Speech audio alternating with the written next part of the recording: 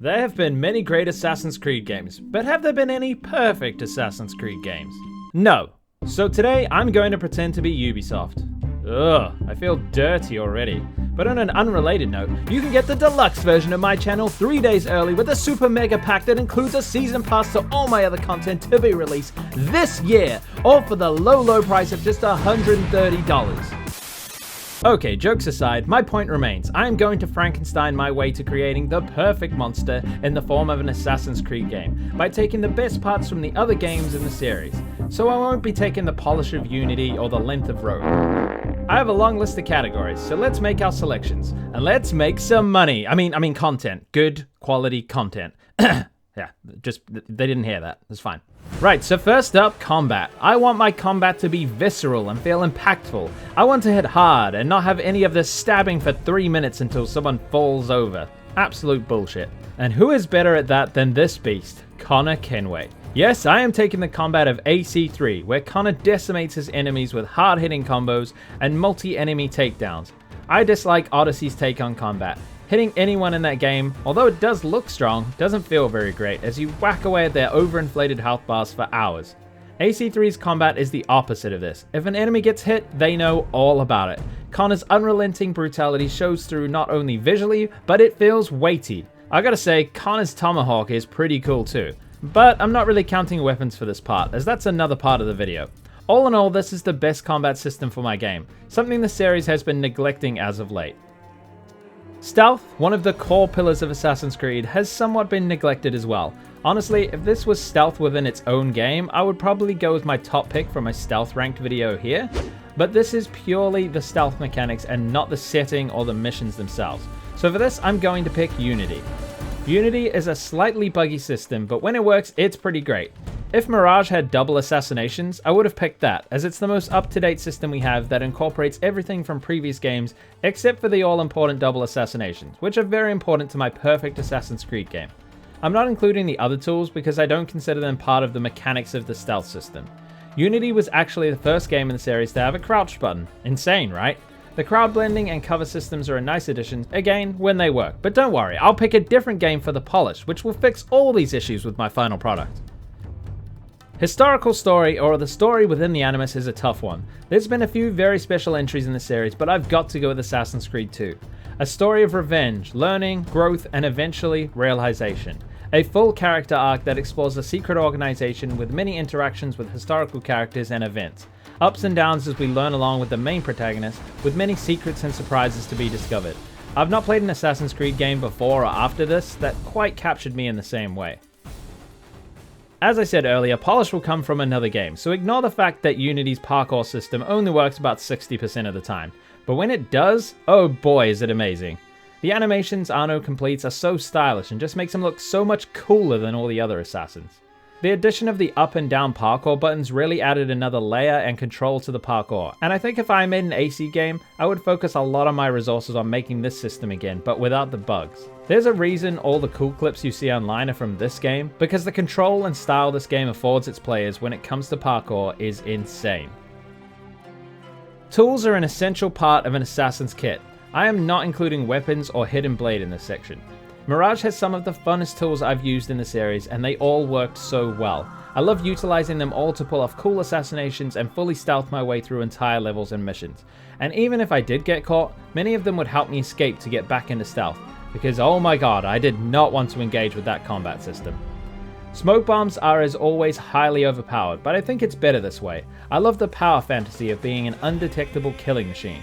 Assassin's Creed has never needed to be a difficult game. There's plenty of other games for that. After smoke bombs, I think the throwing knives, which could be used for chain assassinations or in free aim, were pretty useful, especially if you're close to getting spotted, you can just take out someone quickly. Noisemakers and traps are also very useful, and the blow dart was a situational tool that could really come in handy. I think what sets them apart from the other games is the customization options for the tools, where you can make them do all kinds of different things. I made mine have all the stealthy type upgrades, whereas someone else could make them more deadly. Hidden Blade is an easy one, guys. Unity's Phantom Blade is to this day the best integration of the Hidden Blade. Equipped with a tiny crossbow capable of instantly taking down an enemy in a distance, it was quick and effortless, not even needing to aim if you were locked onto the target. Using the Phantom Blade alongside the parkour is a large part of why the cool assassinations and clips all over YouTube are usually with Unity.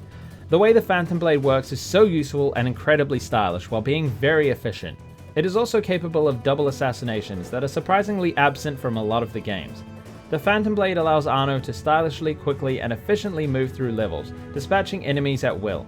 Why would I choose any other hidden blade? If you're enjoying the video, why not smack that like button to help out the channel? Thanks, I appreciate it.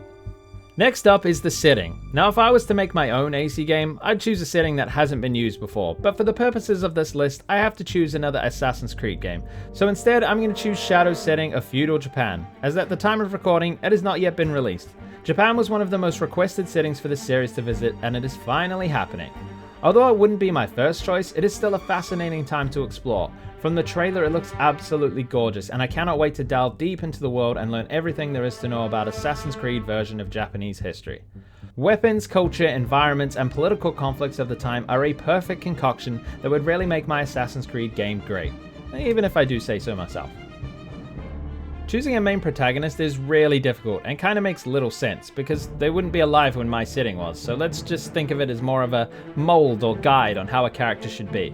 Now I'm expecting you to think that I'm going to choose one of the 3 Ezio games, and while this was my first thought, I don't think there's any point recreating a character we've already seen, and especially one so well done. So I'm going to cheat and pick 2 games and use both of them to explain a character that I think would work well. I'm going with Altair from Assassin's Creed 1 and Bayek from Origins. Now, although I have made fun of Altair having an American accent in Assassin's Creed 1, his voice performance is still really well done, as is Bayek's, which just had so much emotion. So my protagonist would be perfectly voice acted, with an appropriate accent from where they were born or raised. Secondly, I think Altair's arc is beautiful in Assassin's Creed 1. I think we could go with another arrogant protagonist who learns humility, who uncovers the story with the player and grows into more of a Bayek character, loving in the right circumstances and downright terrifying in others. Basically a character who grows a lot from their experiences and starts the game being humbled, even disgraced and thrown out of the Brotherhood. Something like that could be cool. But now I'm just making things up that aren't in either of these games, but you get the idea. Weapons I'd definitely take from Valhalla. It included a large range of different weapons and playstyles that I think really benefited the kind of game it was. Odyssey before it had way too many pieces of gear with tiny incremental increases that you were constantly swapping out, and I just didn't like this at all. I spent more time in the goddamn menu than in the actual game. Valhalla streamlined this process, having only one version of each weapon, not hundreds with random modifiers. These weapons could be upgraded, and I like the array of options this affords the player, so they can build the character they want. If you want to play with a shield and sword, or keep your enemies at range with a spear, or even go in as a crazy flail-swinging madman, you can. The bow options were good as well, offering a nice ranged option. Modern day is a tricky one. I initially thought Revelations because the ending is so beautiful, but the modern day is basically absent from the entire main story and there is no gameplay at all. So that is not how I want my Assassin's Creed game to be. I want it to be interwoven into the very fabric of my game and have some nice unique gameplay sequences where we can use the bleeding effect to do some sick takedowns of some Abstergo goons. So I went with Brotherhood, an excellently told middle of a trilogy that really helps set up the next 2 games. There are some cool parkour challenges in Brotherhood too. Small snippets where we get to see the bleeding effect and grow the relationships with the other modern day crew members. I also liked how we got to go back to the villa and see it in our current time period. I really must visit it sometime soon. The vault was amazing at the end, and the dramatic cliffhanger and cryptic messages from Juno were also fantastic. I'm not sure how this would all work in feudal Japan, my setting, but this basic setup of building out well-written relationships with a modern day crew would be a great start. Making us feel something for these characters and getting us attached to them so their actions mean something to the player. Gameplay wise, I wish Brotherhood had a bit more to it, like in AC3, but I couldn't pick Assassin's Creed 3 because the story will always be more important to me for the modern day. Black Flag has some of the most expertly written side characters in the series. They are deep, intricate, and feel like real people. From Mary Reed, Anne Bonny, and Charles Vane, all the way to the lovable genius that is Blackbeard. You get to meet and interact with a variety of interesting characters that really make Black Flag's world worth living in. Edward grows a strong connection with most of the side characters, whether it be friendly or hostile. I would hope my perfect Assassin's Creed game would have intriguing characters that would elevate the narrative and my protagonist. What I want my game to be is meaningful. So when characters inevitably die, I want to feel something, either sadness or relief, depending on whether their name is Jacob Fry or not. I'm just kidding, he's not that bad. I'd love to know if you would change any of my selections and why. I read and reply to almost every comment, so come chat with me down in the comment section. Side content is also tricky. It really depends on what you like as side content. I've had people comment on my videos telling me how good Odyssey's side content is, because there's a lot of it. But it's all meaningless bullshit. Fetch quests after fetch quests with little to no story or consequence. I want quality over quantity, and I wish everyone wanted that. But no, some people seem to enjoy just aimlessly running from point A to point B. I think I needed that little rant. Oh right, I meant to be picking a game. Brotherhood for sure has some of the greatest side content in the series. It feels meaningful, it feels fun and unique. Each mission is different from the last, whether it's the Christina missions giving us a look into Ezio's past, or the excellent layers of Romulus, and even Leonardo's War Machines missions. They are all excellently written and offer a unique experience which goes further than just a bit of dialogue with a generic character to assassinate or fetch an item. These are actually designed with love and care and mean something to the overall narrative. I would love my game to have side content that differs from the main path, but narratively impacts the story and the characters. I don't want it to feel disconnected or like a chore on a list that needs ticking off. A good side quest is one that makes you want to pause your main quest to explore these alternative stories and missions. And the fact that Brotherhood does all this while making each mission feel different, and some of them even having completely unique mechanics that don't show up anywhere else. Okay, let's rattle off a few quick ones here. For armor, I'm going to go with Valhalla for all of the same reasons I chose it for weapons. Variety without being cumbersome. And some of them look pretty sweet. Obviously the armor would have to better suit the setting, but the customization aspect of Valhalla is what I'm going for. Main story length, I'm going for Origins. I think about 30 hours is pretty good for a main story. Not too short, not too long. Graphics is obviously going to go with Shadows, as it's going to have the best visuals out of all of them. But if I was going to pick one for art direction, I might go with Unity. I think it's the best when it comes to details and feeling real. Polish is a hard one, because since Unity, the games have released fairly polished. But Mirage is the most recent. It might be recency bias, but I think it was very polished on release. So let's go with that. I would also like to take how Mirage used outfits, as separate from armor, so let's pick Mirage for outfits too. Ezio's story is something that is complicated and difficult to get right. I picked Brotherhood for modern day, but I'm going to do a slightly different route for this one. AC2 is so mysterious, and its climax is unbelievably rewarding. I think the less is more is a technique I would like to see in my Frankenstein game. Not because I think that Ezio's story sucks and it should be pushed to the side or anything, but I think small clues and little interactions increase the interest in them and their story. Something like the DLC for Odyssey went way too far and revealed too many things. Removing their mysterious aura kinda defeats their narrative purpose. In Assassin's Creed 2, we only had little clues and a big reveal at the end which absolutely blew my mind back in 2009. I want something like that again.